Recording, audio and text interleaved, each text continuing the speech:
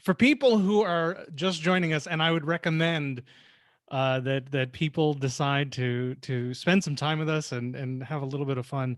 Um, Eric, what would you describe our relationship? We're not friends. We are rivals for control of the kingdom of Twitter.com. And where would you say in the fiefdoms of Twitter you and I respectively fall?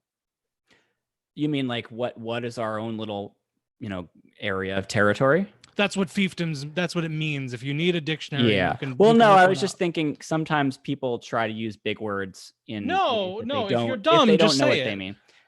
It's just for people like you who are just learning, the Scrabble words. But yeah, I mean, I sort of see myself as in this crossover space between like Star Wars Twitter, where I sort of came up in the world. That's kind of a formative social media experience for me. Cyber Twitter, obviously, professionally, that's kind of my world now. And then I'd like to think that, I've got a little bit of weird Twitter in there too. You think you qualify for weird Twitter? Yeah, I definitely do. I mean, when I was at my previous employer, I wrote an oral history of the Shruggy. The Shruggy, yeah, that's beautiful. In fact, if you could you just freeze frame that? Yeah, let me just got that screenshotted that. It's this combination of what I sort of have to do for work and I enjoy, and then what I do for fun, and then the sort of toxic whirlpool miasma that I get sucked into in these Twitter conversations that inevitably pop up whenever you show up. And when you say you mean me and the legion of people who are opposed to the evil that you represent. I mean, you and the ghoulish, barbaric hordes that are knocking on the door of my Twitter fiefdom, not unlike Attila the Hun invading Rome. Yeah, that's what I would say. We've done a little bit of tete-a-tete here, and this has been fun. But this is a mere taste, a mere again It's a to sampling use. platter. Yeah. Well, I was going to say a soupçon, but Oh, a what? soupçon. Sure. Yeah. Sure. Whatever. A certain je ne sais quoi. Yeah. For you, a mozzarella stick. For me, a charcuterie. Oh, is that... So before, when we were doing preparation for this, right, I forgot about this. I just realized this is actually cruel to you in two ways. Go on. In the preparation for this, I admitted to Eric, excuse me, I never say I treat your first name kind of like the Washington football team, and that I try never to actually say it directly. Sure. So this seems for the same reasons, I assume. Because of the legacy of racism and intolerance. Of course, yeah. But so when Dave and I were doing preparation for this, I admitted to him foolishly.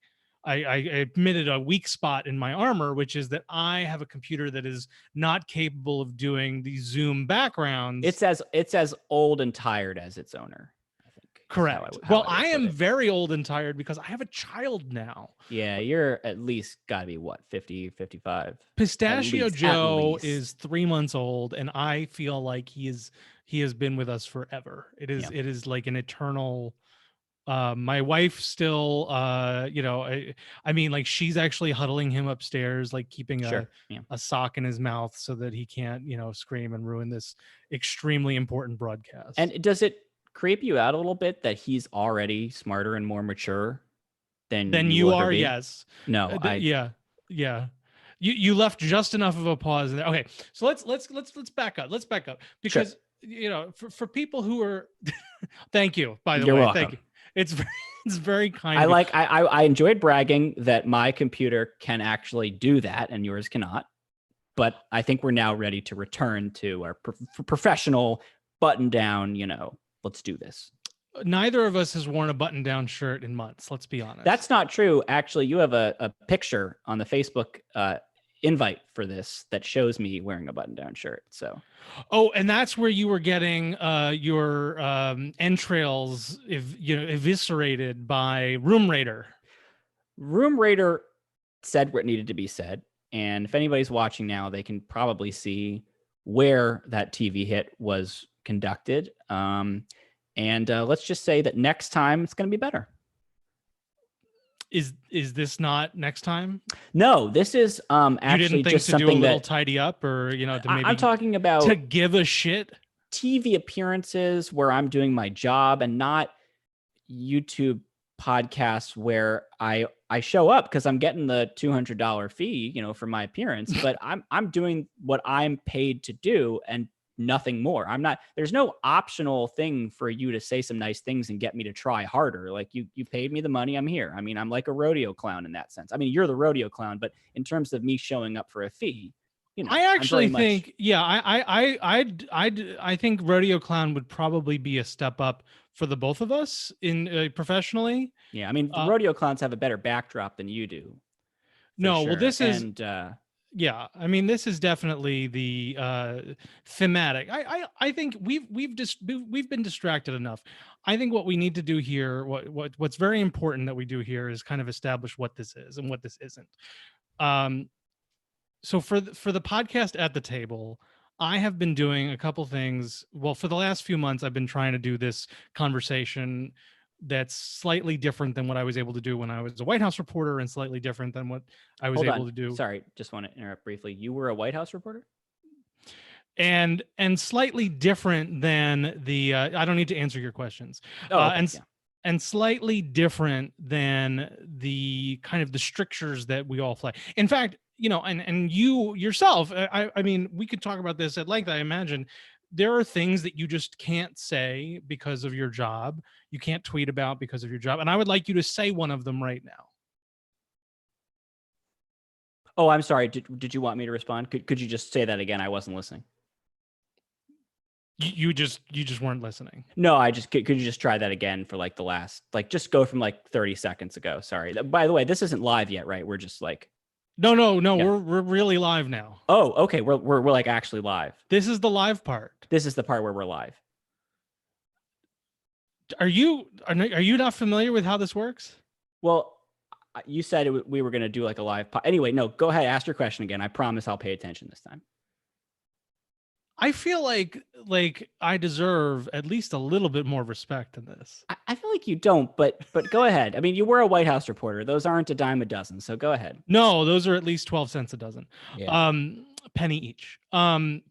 So what I was saying is there are some things that would get somebody. There are things you cannot say or tweet because of your job. Correct. Would you say or tweet? Would you say one of them now? Sure. I would probably have to say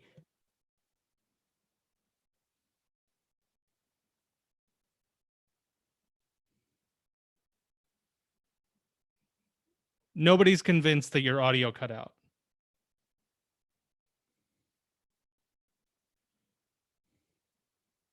And I mean, how was I supposed to know that the chocolate sauce was, scalding hot?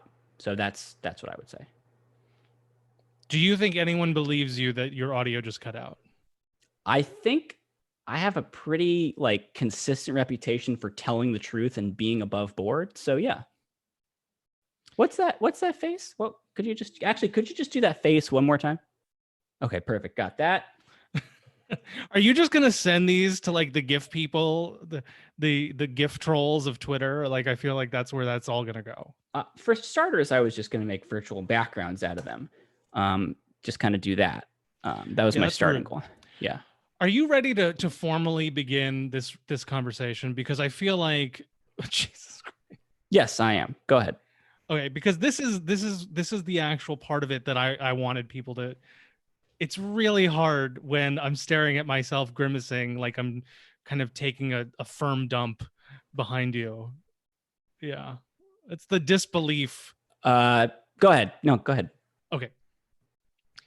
So I started this conversation at the table, and I got to do I've been able to do a lot of things that I've enjoyed, that are fun, that are kind of outside the scope of what I was able to do before.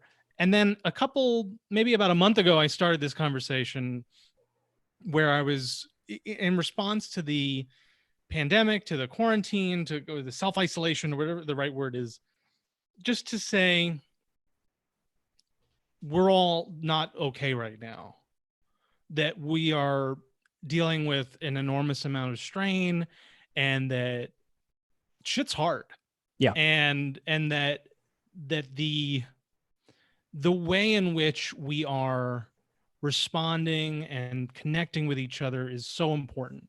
And what I wanted to do was reach out to people that I've had kind of either kind of bare bones relationship or whatever, and say, let me give them the same treatment that I would give one of my dear friends, or someone that, a family member that I really care about, and just kind of check in and say, how are you doing? What's going on? Check in on your mental health. I mean, I've been pretty vocal about mental health struggles and some of the stuff that I've been through in the last couple of years. And all of that was a facade to get to this point where I could take you into this conversation and berate the ever-loving hell out of you. Oh no. And oh no. yeah. And no. Yeah. No, actually it's all been genuine. But this part's real, where I do want, so this is going to be divided into two halves. On the one, and I'm just kind of flip back and forth between the two of them. It's not going to be first half, second half. It's just only two halves, not three halves. Well, I just wanted to keep track for people. Okay, two not halves. Not everyone's a fraction genius like you. Okay, got it. I'm sorry, fractional genius like you. Oh, well, you ruined it. How are you? How the hell are you doing? Because I'm looking in this space. You, despite the fact that you had a poor rating on Room Rater, it's not a terrible space. What has quarantine been like for you? And how, because you've lived a life that is very online. I'm sure that some of you're not disabused of the notion of being a solitary person. And yet this has been hard for everybody. So tell me how it is for you. Yeah, I mean, it's interesting because before the pandemic, I was already working from home a few days a week when it made the most sense logistically. So if I was covering a conference in downtown DC, it wouldn't make sense to go into Politico's office in Arlington and then come back for the conference. So I would work from home that day. And that was mostly laziness. Well, again, no, it was just in terms of transportation and everything. But like Politico is very good about understanding that if you can get the job done from there, then you can work from there. Just keep up with your editors and all that. So sure. I was already working from home maybe 2 or 3 days a week before this, as some other journalists were too, in the newsroom. And so it wasn't the biggest transition for me. I mean, I remember the week that this all went down. I had a meeting, I went into the office on a Monday. We had some meetings. I was already going to work from home the next day. So I did that.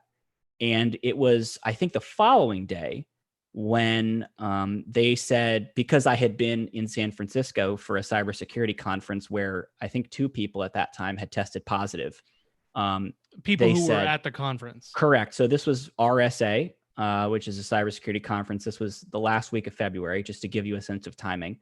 I went to the conference because at that time there was no US spread that we were aware of. And then when I got back, again, a couple days after my last day in the office, which was, I think, March 9th or 11th or whatever, they said, we'd like you to stay home and just isolate for 14 days. My colleague who went with me was also asked to stay home. And it was, I think, maybe the next day or the day after that, that Politico, I think I'm getting the timing on this right, not long after that, early on in my quarantine, where they said, we're closing down the office, everybody's working from home. But even though I knew intellectually that all this stuff was new, we hadn't tested these procedures, there was seismic change, it actually didn't feel weird for me at first, because it was just another week where I was working from home for a few days. Right. And then obviously it becomes, well, you're going to be working from home for the next few months. Right. And now we're sort of, part of the way through that. I don't want to say halfway or 3/4 or whatever, but we're part of the way through that. And the biggest difference is there's less variety in my life, which I think is true for a lot of people. For me, as a journalist, a lot of the sort of excitement of my day when it comes to actually covering things is going to events.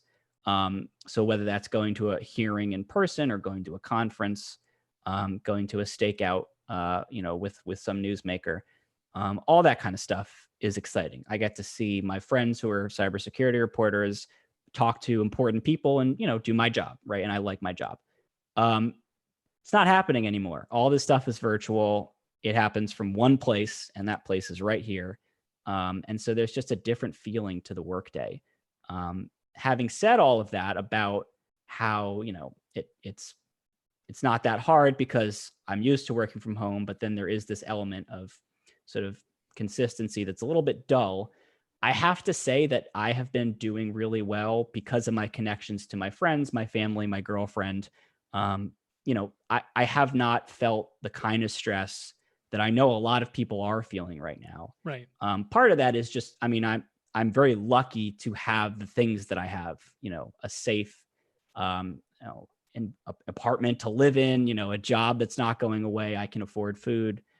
All that stuff, is not a given for a lot of people. And in fact, quite the opposite, has been taken away from a lot of people through no fault of their own. So I keep that in mind all the time. If I'm having a day where it's like, man, I'd love to be at a conference right now. This is the, 90th day. I mean, not actually, but it's the, whoever knows how many days since the last time I went out to an event. I always try to temper that with like, yeah, but you're working and earning a paycheck. And a lot of people are sitting in their apartments right now wondering how they're going to pay rent next month. So I try to keep that in mind. I don't want people to think that when I say that, I'm telling them to stop experiencing whatever anxiety they're experiencing if they can afford rent. I don't want to say that. I would never listen to your mental health advice. Yeah, I want to be very clear. At the same time, perspective is important. And I think it's part of building mental health. I think if you are focused on the negatives in your life to the exclusion of the positives, it's not a holistic sort of check-in with yourself about where you are. And I think, being comprehensive in your thoughts about where I am in life is really important.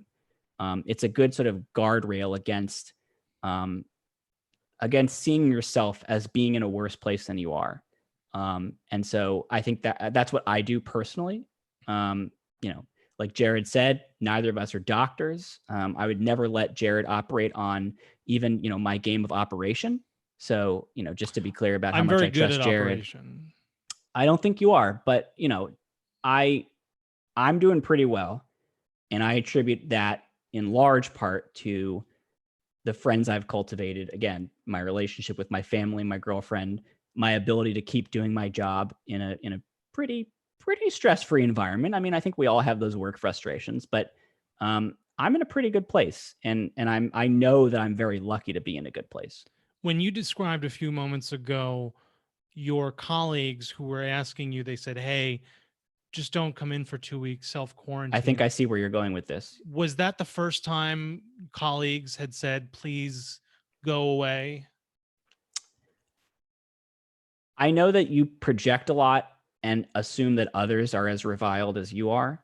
Mm-hmm. But in fact, I'm pretty beloved. So I think I should just leave it at that. I just assumed that you were the only person for whom social distancing was unnecessary because no one had ever been within 6 feet of you.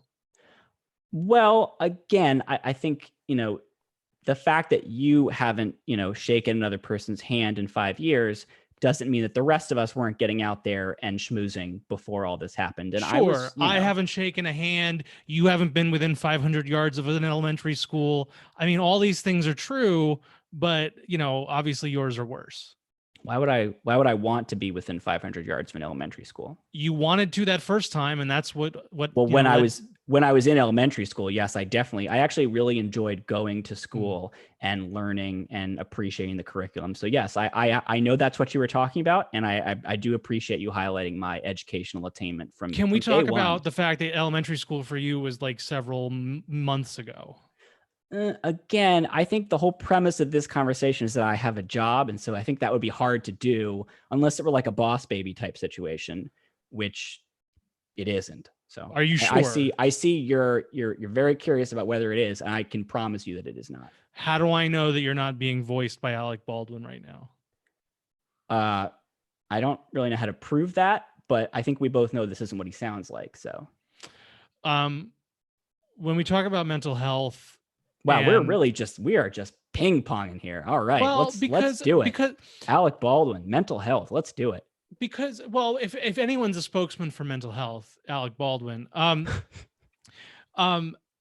one of the things that I love is the granularity of a conversation that goes in different places, because I feel like, and I was having this conversation with a really good friend the other day about horror movies, where like you can't just have horror. You need like something to break it up, like a really funny comedy moment.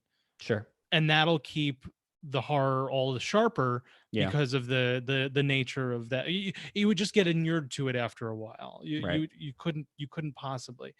And so I think about that even in this conversation, where I want people to give a damn about the part we're talking about, which is mental health, but I also want them to know that you're a ridiculous person for whom mockery is the only legitimate course of action. Is there like a Q&A? Can we maybe go to questions from other people? Do we have that capability at this point? Well, the chat is available. So if people want to put questions in there and include them, I would encourage people to pose questions to either Dave or myself, and we could make sure that gets done.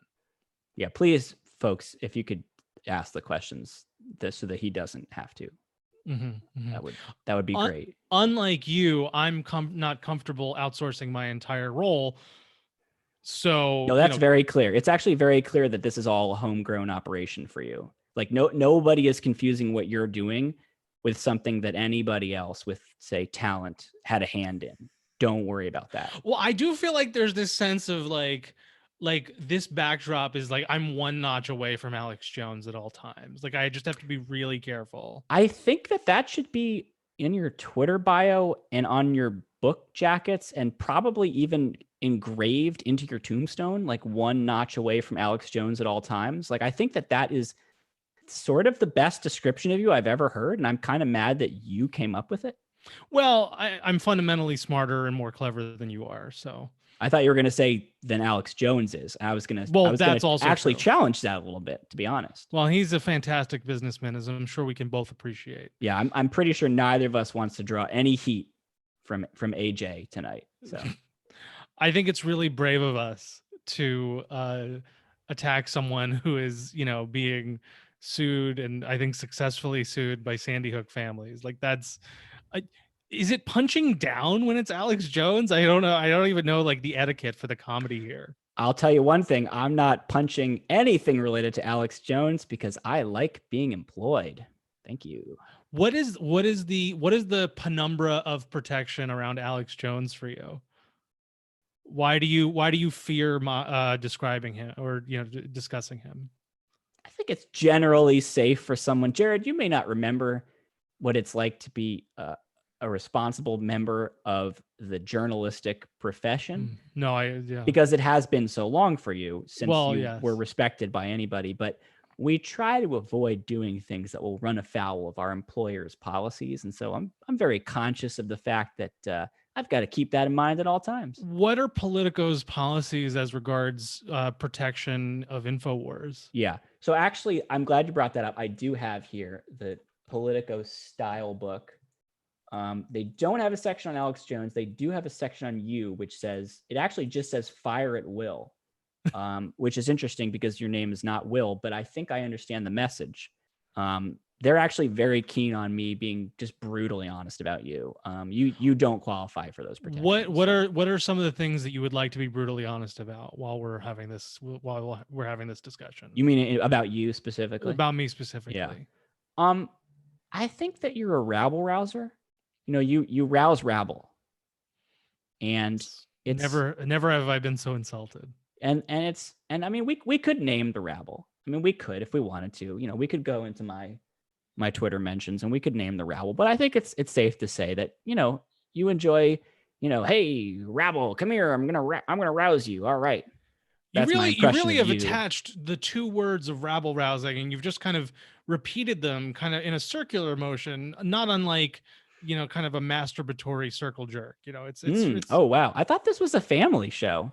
very rarely. Okay, all right. Well, that's good to know. Yeah. That's good to know. Let's go back to Isn't your mental. child listening to this in the other room? He's your 3 literal months infant? old. You know the things I've said in front of him? I mean, This is how it starts.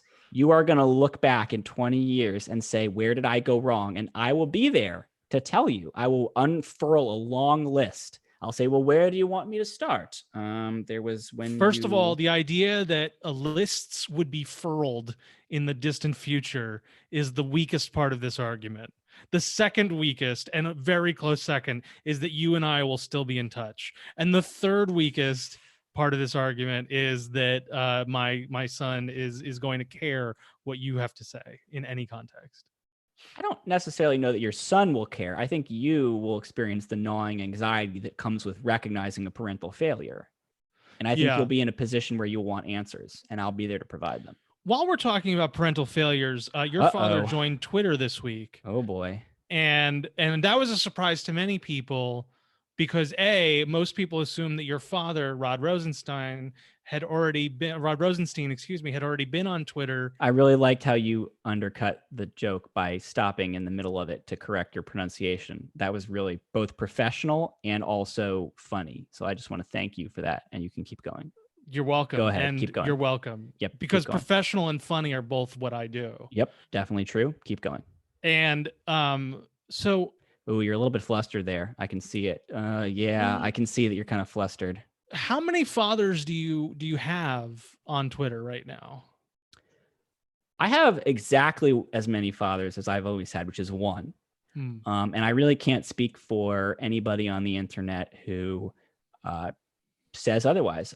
Can I just want to briefly pause. I am informed by reliable sources. This is just in to my family group chat that my sister would like a shout out. So shout out to Lisa.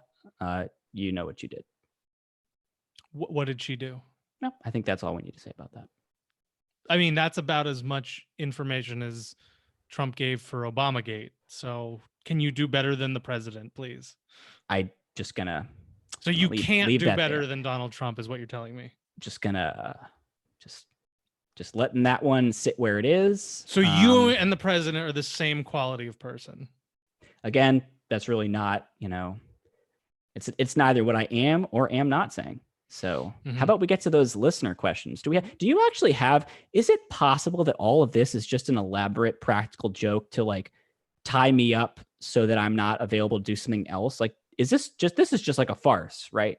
Like this is just a very elaborate farce. You don't actually have a wife or a child. That was an actor that I saw in that crib earlier. Like, like this is, there's no, because I don't have actor. To be clear, like I don't have the YouTube thing open, so I don't know how many people are watching. I assume that it's nobody. Like I assume that it's just it's all you trying to like make me pay attention to you while something important happens over here. Is that pretty much accurate?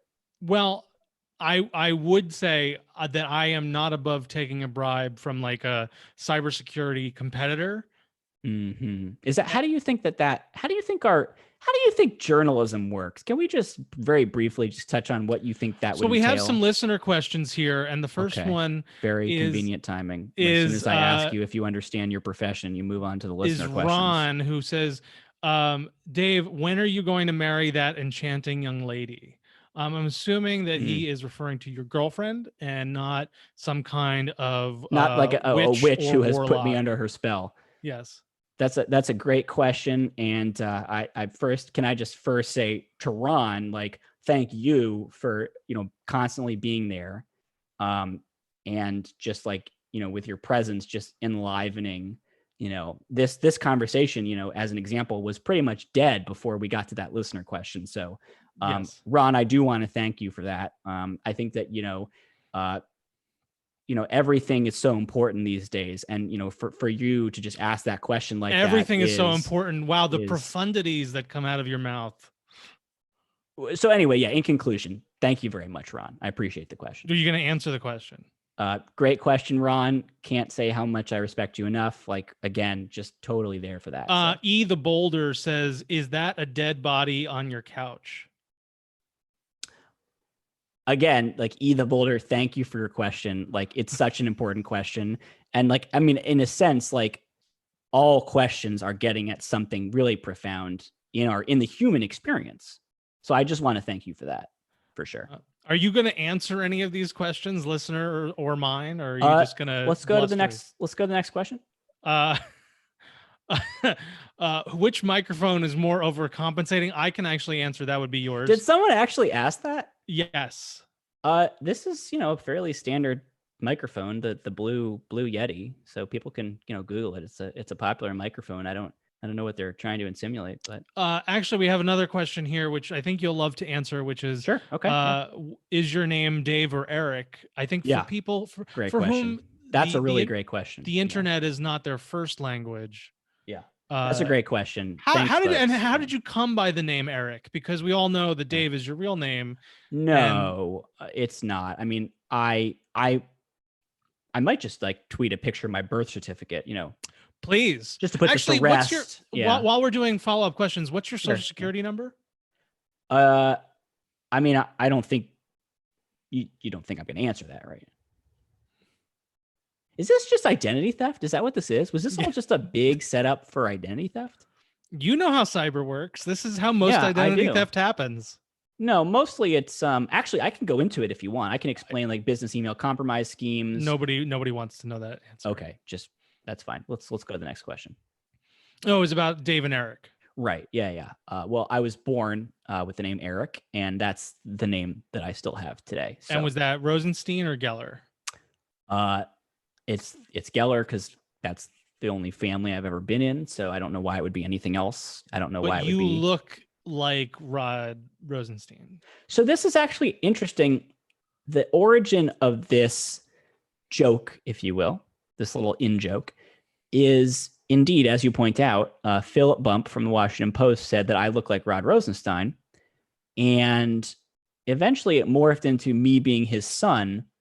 But I think for obvious reasons, you can understand why these days I kind of prefer the original version of the joke.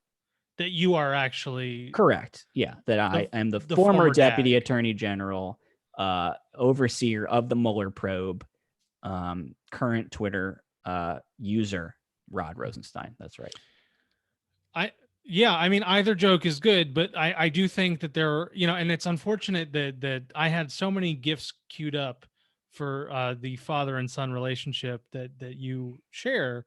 Yeah. And we're stuck using this Zoom technology as opposed to the earlier. Yeah. How did that happen? Do you remember who proposed that we do it this way? You. That's right. Yeah. That's right. Foiled again by Dave. Another question from me, and this is about just kind of dealing with the quarantine issue. For me, one of the hardest things is the uncertainty of it, and again, I've mentioned my son, Pistachio Joe, and the idea that he was born on the day that the WHO declared a pandemic. So basically his entire life, this has been a problem. He was born on March 11th, the day everything changed. Born on January 30th, the day that the WHO declared a pandemic. I thought they declared a pandemic on March 11th. You're wrong. Once again. You know what? I'm going to look this up. Mm-hmm. No, go on. That's fine. Go on. Well, you've already not listened to me once, and then I had to repeat myself. So while you're Googling about as much as you deserve, while you're Googling that, what song would you like me to sing so that you don't have to worry about paying attention?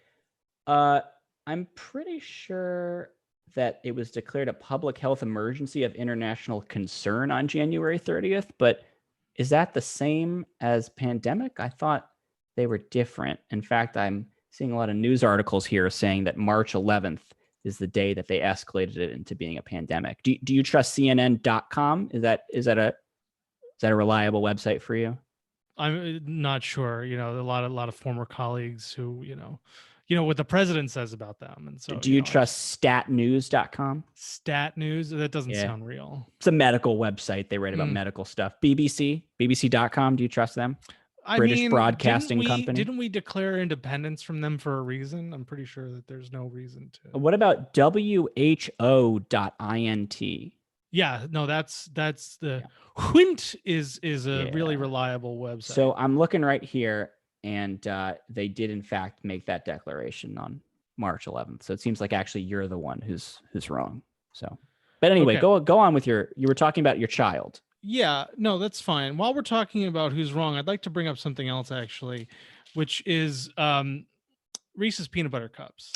Oh, I actually, no, I gotta go.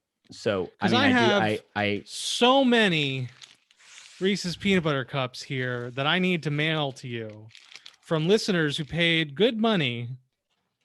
Oh. People who decided that they wanted to spend money to prank you. And because of the pandemic, could you please give me your home address is what I'm trying to say. Absolutely. I would be happy to do that. It's 1600. Are you writing this down? My hands are full. Yeah, I'll give it to you when you're ready to write it down. Yeah. Mm-hmm. Yeah. I just there's just so much difficulty. So we should talk about why. Can I actually just very briefly turn the tables and just ask? Can I ask you a question? You already have. Okay, so what are you gonna? So your listeners, listeners, have given you money in the form of U.S. dollars for candy to send to me. I assume that there was some outrageous markup that allows you to recoup some profit here. What are you going to do with your ill-gotten gains? Are you going to buy a better backdrop? Are you going to, do that thing where like you pay for friends to sort of just engage with you online and make it look like you're popular? What are you going to, it's funny because I feel like people always project their own guilty, kind of that it's almost an admission what you've just said that you yourself pay for friends, maybe even escorts. No. What is the most you would pay for someone to hold you? You mean just like to make me feel emotionally like attached to another person? I'm just saying that there's probably a markup for that right now during the pandemic. And I've actually been like legitimately curious about whether there is like a cuddle service, because like on the one hand, again, you pushed back and said, "Oh, this was such an unreasonable question," and here you are, without even plumbing your search history. The admissions are just cascading down like Reese's peanut butter cups on a microphone stand. I think that there must be a market for emotional support in unconventional ways, but the problem is, if you cuddle with somebody, you could give them the coronavirus, and it's not, and cuddle factories, I don't know, cuddle specialists are not essential businesses. So they're not allowed to reopen in DC yet. So you got to imagine that that's going to happen at some point, but it's probably going to be pretty far down the line, right? I mean, what would you think as someone who's actually frequented a cuddle parlor? Like, what would you guess is, first of all, no, just let me just keep going. Please, don't interrupt. What would you guess is the time frame for reopening establishments like the one that you were regularly seen entering? I am offended that you thought wasting everyone's time by asking that question was worthwhile. Oh, okay. But this entire experience isn't a waste of everybody's time. Got it. I just wanted to clarify that. Okay. So let's talk about what you did. Is that a jumbo size or a regular size? This is a regular size Reese's. Wow, they wouldn't even, your listeners wouldn't spring for a jumbo size? That says more about you and the quality of your work than anything else, I think. Do people understand why I'm mailing you these? Do you want to tell people why? Do you want to just fess up to the crime? Because you've already admitted that you're a cuddle pervert and that you're not allowed within 500 yards of elementary schools anymore. Well, I never said either of those two things.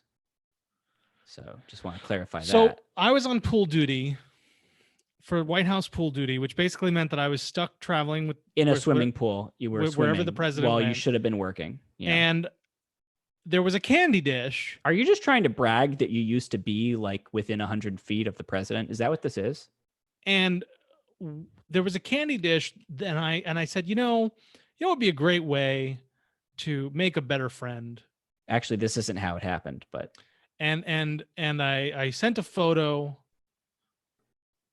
on the Twitter, and you said you would be interested in that Reese's peanut butter cup. And I mailed you that Reese's peanut butter cup. I mailed it to you, Dave. And what did you do with it?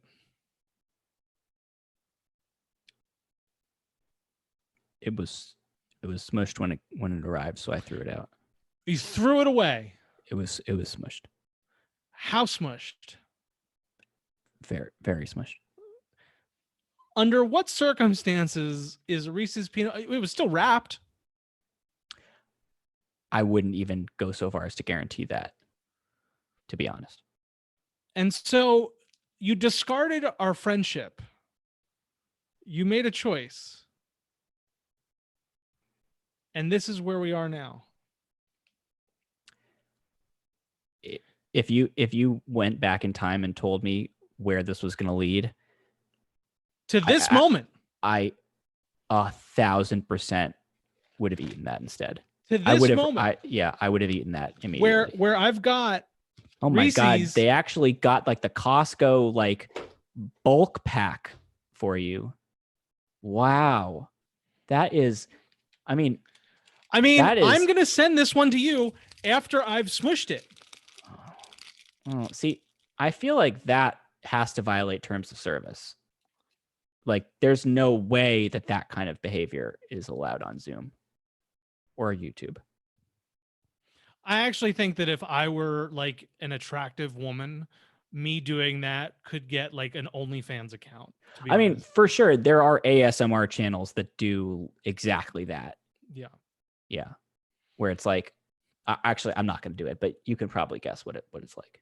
So let's talk about our friendship, which is now a smushed Reese's peanut butter cup. Can we go back to mental health? Yeah. Okay. Always. Okay. Because it's really important. Yeah. The question I was going to ask you earlier was, is there anybody, one of the things that's been really tough for me is I've been thinking about people I've lost touch with or people that I've wanted to reconnect with. Mm-hmm. And there's been so much reconnecting and so much checking in this moment, and yet there are still some people for whom that it's too emotionally hard. It's too difficult for me. And I just, is there anyone like that for you where there's been this, you feel this extra ramp up of societal pressure to reach out and connect with somebody, and yet there's somebody for whom it's just too hard? Wow, I thought that was like leading up to some kind of joke, but that was very heartfelt. Thank you. Yeah, no, that was a good question.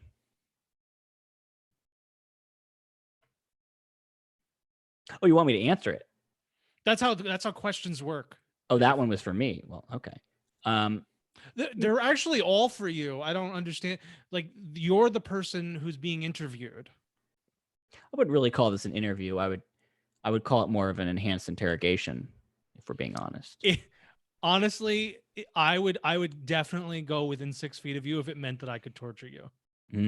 Well, I think we're all very glad that that's never going to happen. I mean, you're very glad, but I think that, certainly the streamer population would be much happier. The streamer population? Well, the people who would be watching this. The streamer population. You're not very good with words, are you? It's just my entire business. Well, it used to be. How dare you? Do you want to answer my heartfelt question, or are you just going to, like a smushed,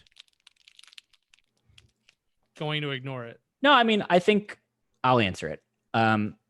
Fortunately, I can say that there really aren't people for whom, me reaching out to them is like a bridge too far right now for whatever reason. And again, going back to what I said earlier about being in a really privileged, fortunate position, I'm not currently experiencing any of that, discomfort or anxiety about reaching out to people. So, what are you feeling anxiety? Like, what is the, yeah, because for me, the anxiety, I feel it in two places. I have this one feeling that's like above the stuff. It's like the sternum, the xiphoid process, right at the center of the collarbone, and it just feels like pressure. And then there's this other feeling I get, and again, I've dealt with anxiety and clinical anxiety, where I just want to like scratch the skin right off. Like yeah. literally, those are how it manifests for me. What are the where does yours live? I don't really know that I can define it precisely. I think everybody who works in a competitive field is always worried that they are not performing as well as other people.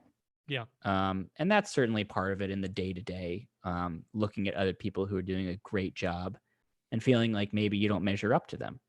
And maybe everybody around you has this mental list of who is the best at what you're doing, and you're at the bottom. And listen, somebody's got to be at the bottom, right? If you were to make a list of everybody who does a particular thing, sorted by best to worst, somebody has to be at the bottom of that list. And so I think in competitive fields like journalism, what I have heard from talking to my friends is that does happen. People feel like, well, maybe I'm at the bottom of that list. Yeah.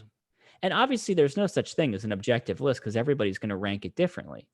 Obviously everybody, when you were a journalist, everybody would put you at the bottom. But other than that, Right. you don't really have that unity of how people, esteem others, right? Or evaluate others. Well, I mean, I guess it's both a blessing and a curse because A, yeah, yes, I was absolutely at the bottom, but B, I Yeah, have you enough were.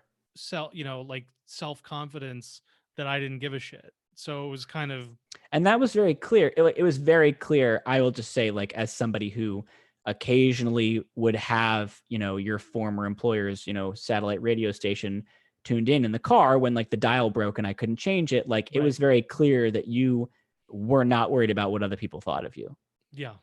Yeah. Like, you were very confident in what you were doing. And, you were not going to change just because, the Pulitzer Committee called you execrable. Like, just because that was the prelude to their award ceremony that year, like that didn't bother you. And I've I always will respected say, that about you. I will say this, and this is taking your joke, but actually being brutally honest about something that's genuinely very hard, which is I it was so hard for me in the aftermath of losing that job because it was like you're talking about, everyone's got this list and everything. I think there is a certain sense, especially in a field like journalism, and I think there are a lot of other fields like journalism, where it becomes a big portion of your identity. Yes. And I definitely felt like it was like my personality was subsumed somehow underneath the role that I was playing. But that was the hard part. The easy part for me was doing what I did, even though it got me, to a position where I lost the job. Yeah. I would never change the things that I did because I knew at every phase that I was doing the right thing. And I actually have said to a lot of people, and I would say it here, for whoever gives a damn. I hope that everyone's moral choices are that easy because it was very clear to me in that moment what they wanted from me and that doing it was not something I was willing to do. And I really hope that everyone's moral choices are that easy. And I know that they're not. And I know that especially in a field like ours where, well, yours and my former, where people kind of play fast and loose with the rules, it's not always easy. But I think that yeah, I just there's never been a moment where I didn't know that what I did was the right thing, and that's a powerful thing to hold on to. And I'll just say, like, can we just like pause the stream for 1 second? Can you just like take us offline? Okay, great. So we're offline now. Just between us, like, I do genuinely admire your just like refusal to put up with BS and refusal to misrepresent things as something that they aren't. And I think it was really like that. You talk about like putting your money where your mouth is. You did it. So anyway, we can you can resume the stream now. But like, yeah. Dave is terrible. Oh well. Oh, I just for the people who are to get what they were expecting. Right. Do we have any more listener questions? I'd really prefer to go back to questions from somebody else. Yeah. Let me. People want me to waterboard you. A lot of people saying waterboard Dave, waterboard Eric, waterboard Dave. Oh God.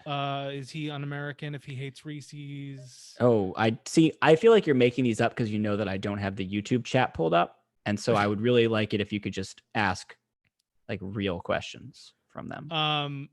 People asking about, is any of the cuddling thing legal? Yeah. Again, I think like some questions from the chat. Like, yeah, hey, let's talk about Star Wars. Can we talk about Star Wars? I love Star Wars. Like, I'm happy to chat about that at any time of the day or night. So yeah, I think it's really important that we talk about it. And for me, I think it was really brave of them a season and a half ago to go with a female doctor.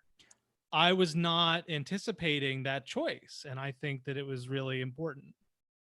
You're thinking of Doctor Who, which is a BBC. Oh, yeah. I'm sorry. I was talking about Star Wars. No, you're right. You're right. I think it was really, it was still a brave thing. I think it's really brave of them to reboot the series with an older captain at a winery who, you're going to see some stories. You're going to see him reconnect with old friends. Yeah. Again, sorry. Can I just interrupt for just, that's Star Trek. There's Stargate, Star Wars, Star Trek. I'm talking about Star Wars. Mm-hmm. Well, so yeah. I think, again, bravery. I think it's really brave that even though the series concluded only about 10 years ago, that they're going to remake Battlestar with a totally new cast and a totally new. I don't think that's true. I don't think they are doing that. Are you just going to Google it again, you little piece of shit? Wait, are they actually doing that? They're rebooting Battlestar. Are you just going to Google it again? This is the birth of my child all over again. Don't one finger me. Oh my God, they are. Wow. How dare you one finger me? Oh wow. Oh, hold on. I'm on the Wikipedia page for the reboot. So I'm just gonna read through this. Oh no, I'm sure everyone is really fascinated by you reading a Wikipedia page. Cylons. Oh, I didn't realize that. Have you ever been a Wikipedia editor? Yeah. Oh yeah, for sure. Have you ever been like a what are the moderator tiers? Oh, like a I'm sorry, wizard or something? Did you say Wikipedia or Wookieepedia? Well, I think we all know which the answer is yes to. So. Yeah, no, I've edited a lot of Wookieepedia articles. I've only edited a handful of Wikipedia articles.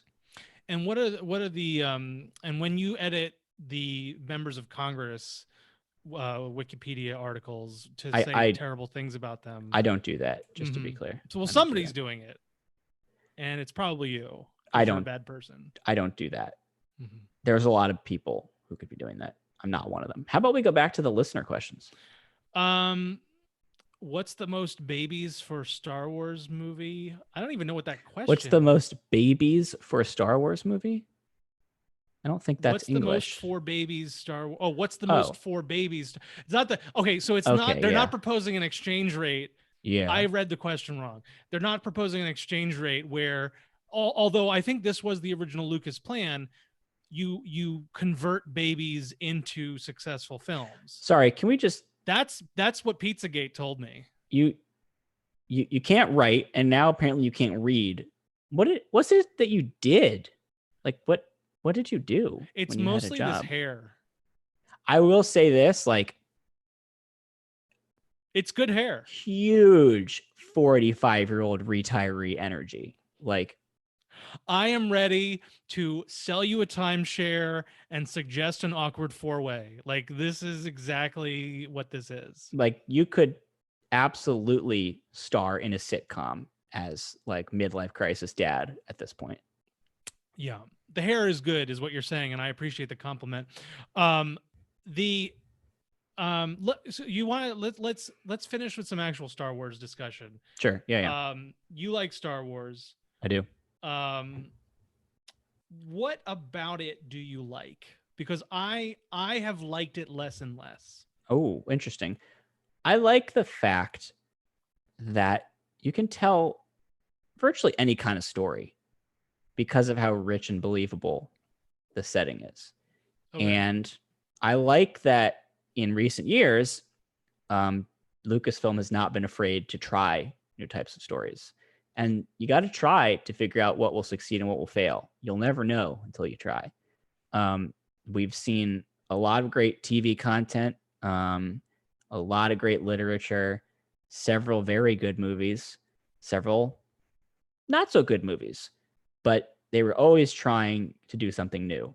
And I would wager to, pretty strongly that a lot of the people who are criticizing just the attempt are primarily interested in fiction that doesn't leave the safe confines of a comfortable, story.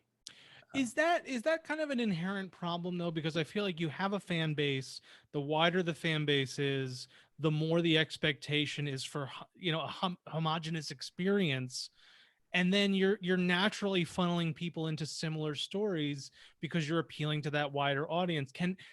I guess the question that is, can you only have great entertainment that's niche? I think you can have great entertainment that's part of a non-niche project if it is specifically handled in a niche way. So what do I mean by that? So a TV special, a book or a comic series, something that is geared toward a particular type of fan of that broader universe. It's harder to do with the movies because the movies are really the main product that is aimed at everybody. I think that, the books and comics are nominally supposed to be for everybody, but they tend to get most of their conversation going among people who are already fans, and that's fine. Different products are going to appeal to different groups of fans. I think that's why we've seen some struggles with the movies, is because there's that pressure to be everything to everybody. And frankly, I think they've seen more success in other formats. I really enjoyed Force Awakens and Last Jedi, and I enjoyed things about Rogue One. And, here's hoping that the next movie will take some of the lessons learned and incorporate them into, the lessons learned were learned for a reason, and they need to incorporate them into the next movie so that they don't have some of the problems that we've seen so far. While I was struggling to stay awake during your answer, I realized that I think it's reasonable for us to discuss who is the bigger nerd of the two of us. Sure. Yeah. A discussion that I am prepared for. Okay. You are a Star Wars nerd. Yes. I would say, a gaming nerd first and foremost, like video games. You have the neck beard. Like, for sure, I can see you like saying inappropriate things that would get your Twitter account deleted. Like, you have that whole aesthetic going on for sure. Yeah, but I mean, Are you in a basement right now? No, this is the ground floor of my home. Oh, the ground floor. Okay. Yes. Okay. Sure. That's what. Okay. Basement. Okay. Go ahead. It's not the basement. Sure. That's fine. The basement is where my collection of amiibo live, but that's a separate question. Go on. No, but so who's the bigger nerd here? I'm just trying to yeah, for sure, parse that out. I mean, this bookshelf right here, this one right here, which you didn't see on TV, that's just all Star Wars books. So I have a shelf like that that's filled with board games. It's like about that size. Yeah. It probably has about 40 or 50 board games on it. I would say a board game is a more mainstream thing than like a Star Wars reference book about the evolution of the Stormtrooper. You think that board games and Star Wars You think that Star Wars isn't the most, like, you're a fan of Dave Matthews basically when it comes No, but see, because these books, I mean, this is like 8 levels down in obsession. This is not, oh, I bought the movie on Blu-ray. This is like, I have the 21 book series. Actually, I don't have it here. It's at my parents' house, but I have the 21 book series of like the extragalactic invaders coming in and they're immune to the Force and they have to figure out, like, I have all that from the 90s. Like, I have all the art of books right here. I have like the making of stuff. Like, I mean, we could go through it one by one. Like, do you ever feel like you need to like keep those intact in case your relationship ever becomes too serious so that you can kind of end it immediately by, showing this collection off? oh, she's seen it many times. She's been here. We're talking about the books or she's seen these books okay. every time she's been in this. You said she's seen it many times, and I just wasn't I mean, sure. this, it's probably, just to be clear, books. like, it's she probably the knows books that I have these books. So. It's probably the books that she's seen many times. I mean, it's they're sitting on a shelf. It would be hard. Seen it many times. I get it. It would be very Dave. difficult for anybody who's in this room. She has seen it to not see the books on the shelf. That's all I'm saying. I'm just to be clear. Just want to be very clear. How many times has she seen it since quarantine began? I think this is supposed to go for an hour, right? My last question for you is, and something that I've been asking everyone as part of this Not Okay Together series, is because this is at the table and because I think about food and because I think a lot about hospitality, what is the piece of food in your house that you are least excited to eat? It would be, if you were unable to go out and get more food, it'll be the last thing that you eat. I have like Newman's Own personal pizza in my freezer. That sounds terrible. What toppings are on this pizza? It's just a cheese pizza. Like, it's a very basic, like, emergency, like, oh no, I don't have anything else for dinner. Like, it's that. But it's Paul Newman's pizza. I mean, it's a Newman's Own brand pizza. Yes. Well, it's Paul Newman is the Newman. It's not Wayne Knight from Seinfeld. It's not. No, it's although Paul that Newman. Would frankly be a better pizza. Where is your brain? Like, where is it? And can you put it back? So if we ever see you tweeting about eating Paul Newman's pizza, that's when we know things have really gone bad in your house. That's when you'll know that I just got asked by Jared Rizzi to be on At the Table again. Well, Derek, I really hope that you have a lot of joy ahead of you, even though we're in self-isolation and quarantine.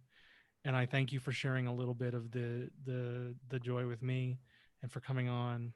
And I really hope that your girlfriend sees it again soon. I cannot tell you how thrilled I am that this is over. Eric Geller is the chief Cyberman at Politico. I think that's your official title, right? No. No. Cybermaster? Nope. Cybersecurity reporter. There you go. At Politico, and also a halfway decent human being. Could you give out my Twitter handle too? You told me that this was the price of doing this was you would promote my Twitter account. So it's at Dave Rosenstein. Nope, that's not right.